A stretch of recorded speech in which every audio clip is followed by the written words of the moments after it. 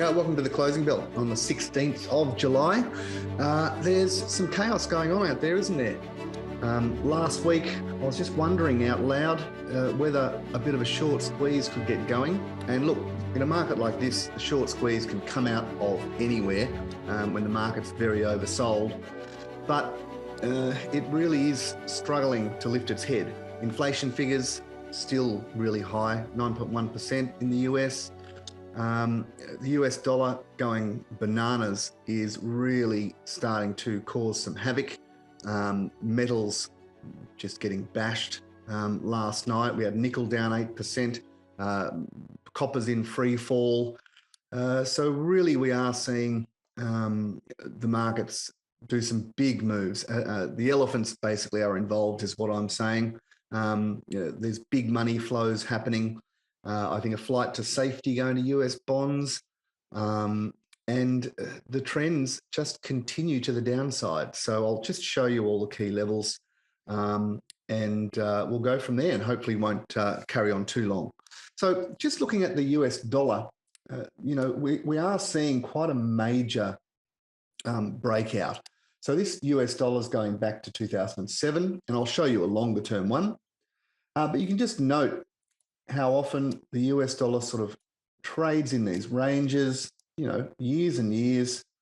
And when the final breakout happens, it's a really strong move to the upside. And this is really how markets move.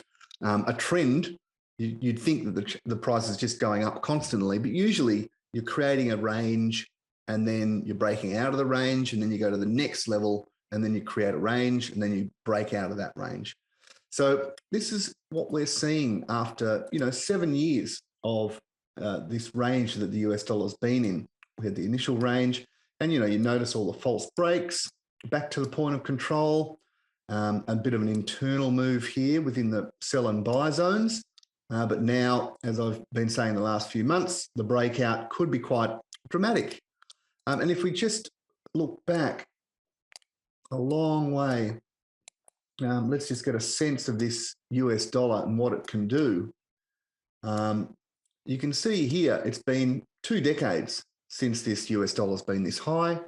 The last 2 times, we had another big range here. Once it broke out, we had about a 2-year rally before things turned down. And back here, look at that move. Wow. We got 3 years of rallying in a straight line there. So you're asking yourself, what is this move going to be? As they're, chasing down inflation, as European growth is coming off so fast, no one thinks they're going to raise rates as rapidly as in the US.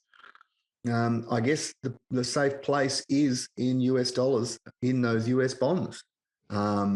So for now, this is the name of the game, is the big capital flows going towards the US dollar. And in any sort of panic, it can often really overshoot. So that is having a outsized effect on commodities, such as copper. I mean, have a look at this. This is how serious what's going on is. This is going back many years, and you'll just note as each new high is hit, we have the false breaks. So you try to break out, then it can't break out, false break, look at that, back to earth. Another one, tries to break out, can't do it, all the way back to earth. And here, yet another one, breakout, false break, and now the music has stopped, and copper is trying to find a floor.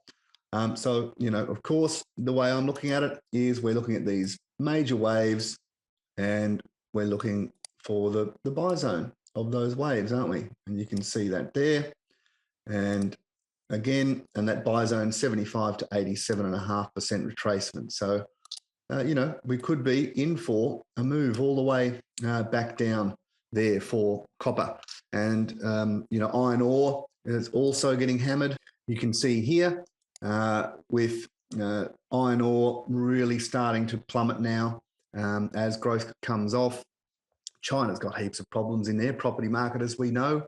So I'm surprised that iron ore managed to hold in there as it did for this last period. But now you've got to ask yourself what happens to this iron ore price. Does it head back below 90 bucks? It is looking pretty dangerous to me, the way I look at things. Here you can see I've traced out this last major wave to the upside, which took iron ore to stratospheric levels up above 200 bucks. You can see the crash that we saw pulled back into that buy zone. We saw that last gasp higher, bit of a buy pivot there, rallied back to where? Back to the point of control, which is where you expect things to get back to. And now it's turning and plummeting. So that's just really saying, work has been done.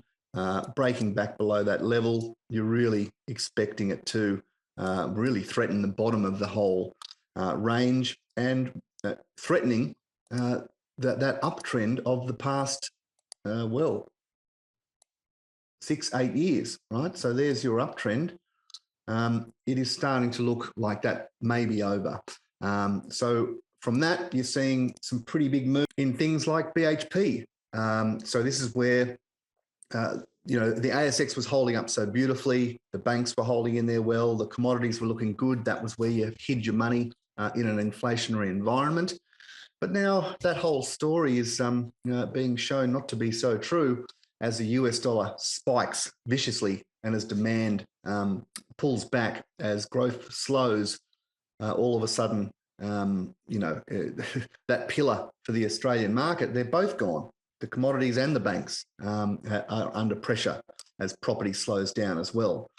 So looking at BHP, this was the old high, and we're always looking for these double tops, these false breaks of major highs. So there's your high back in 08, had the attempted rally, failed. Now we've had another rally to the upside, which couldn't quite get there.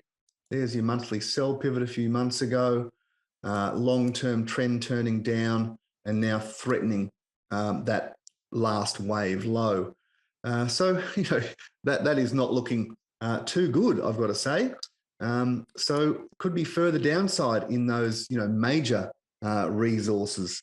If we look just at a few of the other resources out there, we have nickel down 8% last night.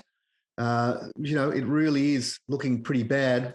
This is zinc, now sort of turning down into free fall. So it's really happening. Big money flows, that US dollar flying, growth slowing, commodities getting hammered. The market, therefore, it really is on tenterhooks. So I just want to finish off very quickly with the equities. So this is the S&P 500. And look, I stand by what I said last week, where you still can see a short squeeze. I do have a line in the sand, just the low of the correction. I'm happy to become really quite bearish if the S&P cracks below the low of the whole correction soon. But as long as that level holds, there is actually a chance that prices could hold in there, because we've got the weekly buy pivot now. This could just be a final flushing out of positions. And if the prices manage to hold in there, despite everything that's being thrown at it, and then all of a sudden things head back above that 10-week exponential moving average, and also break out above that high that I was talking about last week, then look, the squeeze could be on. But we are still in long-term downtrend. So that's for short-term traders thinking, this could have a quick balancing up rally. But right now, I'm not buying too many things. It's sort of a no man's land for me where it is right now, where I'm saying, okay, is it going to crack beneath that low? And we're going to see another wave to the downside, which could actually be quite a bad wave, because that will be a point where everyone's worried. People who are long and wrong and in painful positions are hoping for that squeeze to happen so they can get out. So if that doesn't eventuate and it keeps going, that can be when you get that real capitulation of people just dumping things at any prices just to get out. So we're sort of nearing that sort of a moment. And that weekly trend is the one. Look at it. It's holding beautifully, getting hit there at the 10-week exponential. So you're sort of respecting this 10-week, the weekly trend. I mean, look at the weekly trend on the upside. This was the weekly trend. Look how long it lasted for before it turned down. It went on for a couple of years. And, every time you got the buy pivots, you were buying and stocks were taking off for the next wave higher. So it can go on for a lot longer than you think, these weekly trends, and you've got to respect it while it's happening. The US, I really need to see it break below the low of the correction, but under there, I'm just fully bearish. And finishing up on our market, it's a similar position where we're down quite strongly today on the Friday, down about 100 points. But this is where you've got to understand how these things work. Again, I do need to see it below the low of the correction, where I'll go just fully bearish. It could really collapse under there. But while that level holds, we did get the weekly buy pivot last week. So this selling could be going down into the buying pressure.